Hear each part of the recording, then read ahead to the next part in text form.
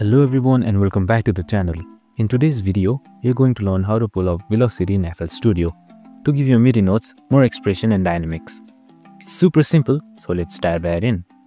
First, open FL Studio and load up your project. Now, let's find the piano roll where you've placed your MIDI notes. Double-click on your MIDI clip to open the piano roll. Once you're in the piano roll, take a look at the velocity lane at the bottom. If you don't see it, simply click on the small arrow here to pull it up.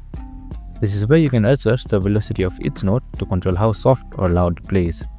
Now, adjust the velocity simply by clicking on any note, and you'll see a small vertical bar appear on the velocity lane under that note. You can drag this bar up to increase the velocity and make the note play louder, or drag it down to decrease the velocity for a softer sound. If you want to adjust multiple notes at once, just click and drag across the notes, and you'll see all the velocity bars move together. This is a great way to quickly make all the notes in a section play with the same intensity. And that's it.